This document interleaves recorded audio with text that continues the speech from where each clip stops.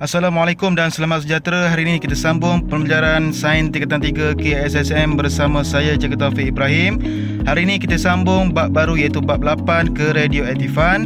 Alright, okay, so dalam bab 8 ini kita ada beberapa subtopik. Kita ada 4 subtopik.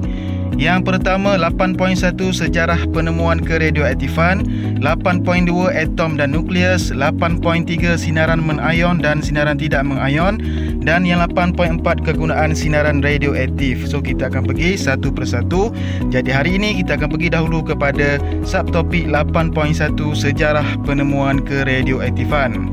Alright, so dalam 8.1 sejarah penemuan keradioaktifan kita ada dua hasil pembelajaran. Yang pertama memerihalkan sejarah penemuan keradioaktifan, dan yang kedua menerangkan dengan contoh maksud bahan radioaktif, keradioaktifan dan konsep separuh hayat perebutan radioaktif. Okey, so kita pergi dahulu kepada sejarah penemuan keradioaktifan.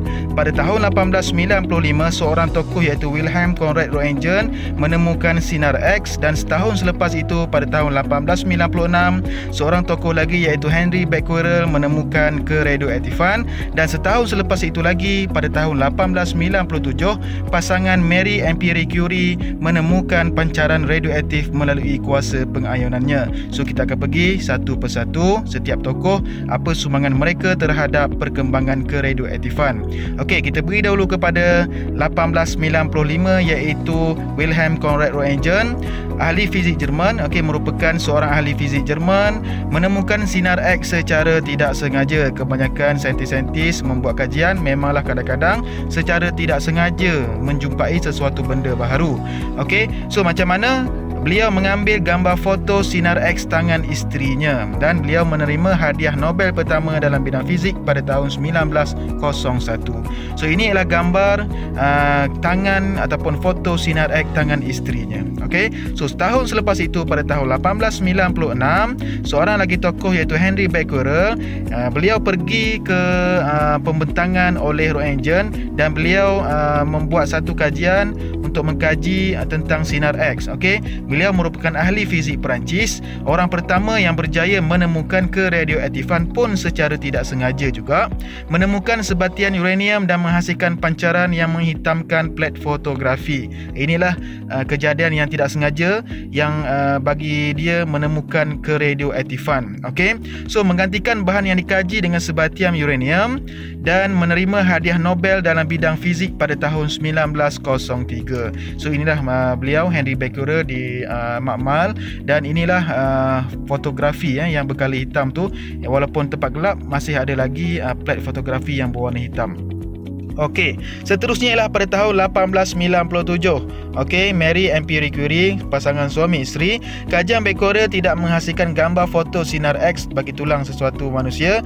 Kajian tersebut tidak diteruskan selama 1,5 tahun, dan ini mungkin menarik minat Marie and Pierre Curie untuk meneruskan kajian, dan mereka mengesan pancaran radioaktif melalui kuasa pengayonannya dan bukan melalui kesan fotografi, dan mereka juga berjaya mengekstrak dua elemen radioaktif iaitu polonium dan radium daripada biji uranium iaitu Big Bang. Dan kata mereka elemen radioaktif iaitu polonium dan radium ni mempunyai kekuatan 1 juta lebih kali ganda kuat berbanding uranium. Alright. Okey, so Marie Curie ialah wanita tunggal menerima 2 hadiah Nobel iaitu dalam bidang fizik pada tahun 1903 dan bidang kimia pada tahun 1911. Tapi malangnya Marie Curie ni meninggal kerana kanser, sebab dulu kita tak tahu bahayanya bahan-bahan radioaktif. Okey, sebab beliau mungkin terdedah dengan sinaran radioaktif ni dengan tempoh masa yang agak lama. So sekarang ni baru kita aware, baru kita dapat tahu langkah-langkah untuk pencegahan kena sinaran radioaktif. Dulu tak tahu, sebab dulu baru mereka jumpa okey bahayanya keradioaktifan ni. Okey, settle bab sejarah penemuan keradioaktifan. Sekarang kita pergi pula kepada keradioaktifan. Apa itu keradioaktifan? Keradioaktifan ialah proses perebutan secara rawak dan spontan bagi nukleus yang tidak stabil dengan memancarkan sinaran radioaktif. Okey, dia adalah nukleus yang tak stabil. Jadi nukleus yang tidak stabil ni, dia nak jadi stabil, dia kena melalui satu proses proses, iaitu proses perebutan. Okey, so nukleus yang tidak stabil ni akan melakukan proses perebutan. Dia akan menjadi nukleus yang lebih stabil, di samping itu membebaskan beberapa sinaran radioaktif. Okey, so ini kita panggil sebagai hasil perebutan, iaitu nukleus yang stabil dan sinaran radioaktif. Okey, so sinaran radioaktif yang dipancarkan tadi tu pada hasil perebutan radioaktif ialah terbahagi kepada 3. Yang pertama sekali zarah alfa ataupun sinar alfa, yang kedua zarah beta, sinar beta, dan yang ketiga ialah sinar gamma. Okey, yang ini kita akan belajar dalam 8.3, iaitu sinaran mengayon dan sinaran tidak mengayon. Okey, kita skip dulu yang ni. Okey, seterusnya kita pergi dahulu kepada perebutan radioaktif. Ialah proses rawak dan spontan, di mana nukleus yang tidak stabil memancarkan sinaran radioaktif sehingga nukleus tersebut menjadi lebih stabil. Contohnya, okey, perebutan uranium 238. Okey, apa makna 238 tu? Okey, uranium 238 ni maknanya uranium terdiri daripada 92 proton dan 146 neutron. Okey, maknanya dalam uranium ni ada 238 nukleon. Okey, so uranium 238 ni akan menjalankan proses perebutan radioaktif. Dia akan menjadi thorium 234. Okey, dan membebaskan sinar alfa, iaitu helium. Okey, so inilah perebutan bagi membebaskan sinar ataupun zarah alfa. Okey, seterusnya contoh yang kedua ialah perebutan thorium 234. Okey, perebutan thorium 234. Thorium mempunyai 90 proton dan 144 neutron.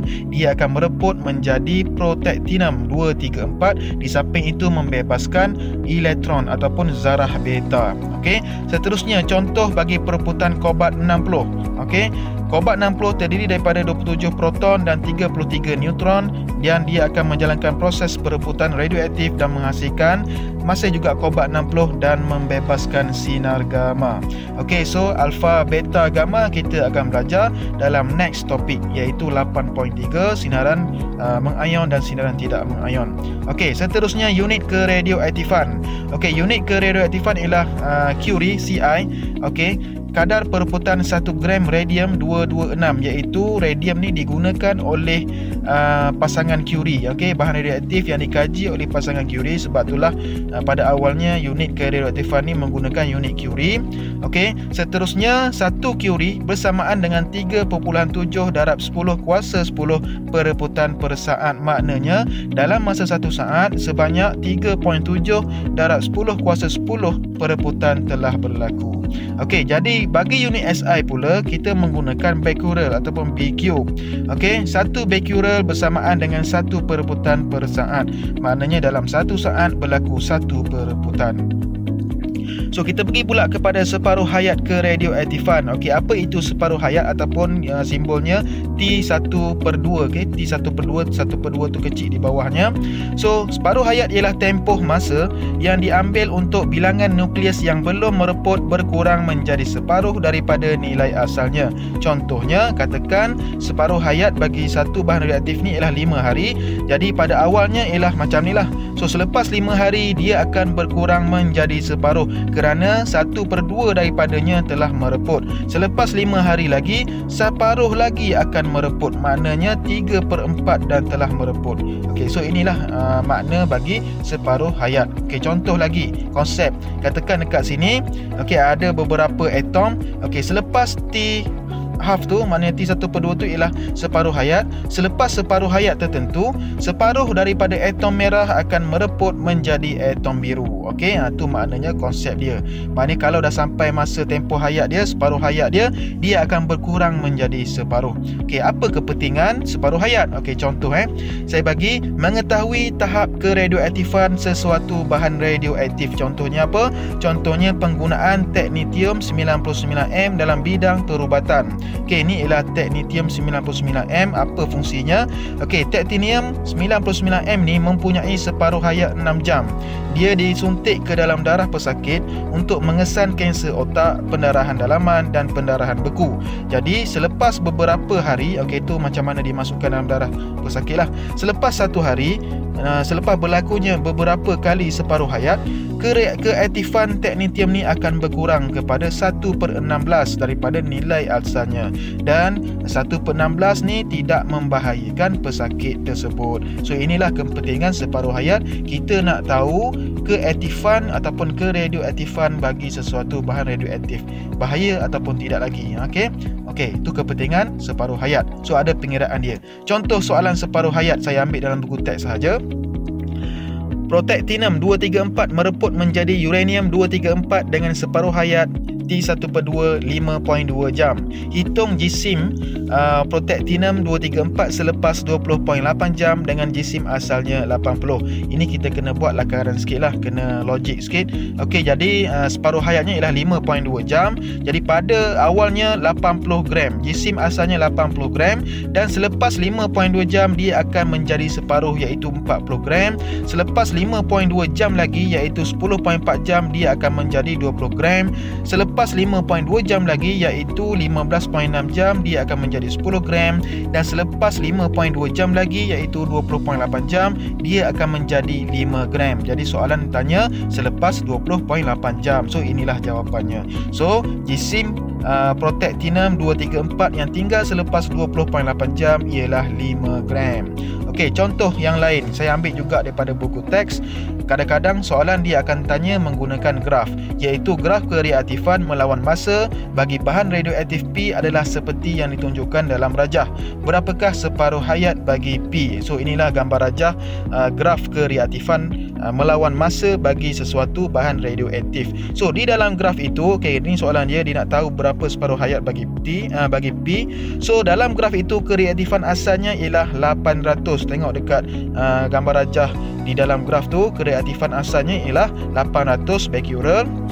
Selepas itu pada T-half ataupun separuh hayat selepas itu dia akan berkurang menjadi separuh iaitu 1/2 daripada 800 menjadi 400 becquerel. So kita tengok daripada graf itu, kita tandakan dulu 400, kita buat garis lurus mengenai lengkung graf dan kita tuju ke bawah, dapatlah 40 saat. Jadi separuh hayat bagi P ialah 40 saat. So untuk memahamkan ataupun untuk awak lagi faham berkenaan dengan tajuk ini, kebanyakannya adalah pengiraan separuh hayat. Okay, dia ada kena sikit mengenai dengan sejarah-sejarah radioaktif. Awak boleh cuba jawab soalan yang saya sediakan. Macam mana? Awak pergi kepada description video, ada link di bawah tu, soalan tu dalam bentuk Google Form, dan jangan lupa untuk subscribe, tekan butang subscribe. Jadi jangan, pembelajaran seterusnya ialah 8.2 iaitu atom dan nukleus.